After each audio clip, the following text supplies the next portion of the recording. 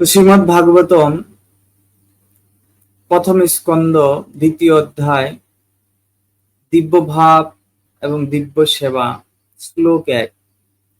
শ্রী ব্যাস উবাচ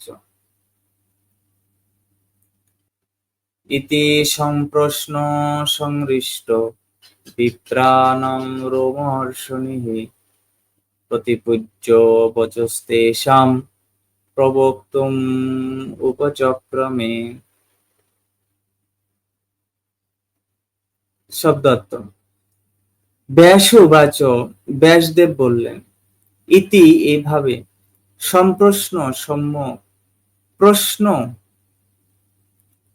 সংহৃষ্ট সম্যকরূপে পরিতৃপ্ত, বিপ্রাণাম সেখানকার ঋষিদের, রোমহর্ষণী রোমহর্ষণ ঋষির পুত্র উগ্রশ্রবা, প্রতিপূজ্য তাদের ধন্যবাদ জ্ঞাপন করে, বচঃ বাক্য, তেষাং তাদের, প্রবক্তুম বিশেষভাবে বললেন, উপচক্রমে প্রয়াস করলেন। অনুবাদ: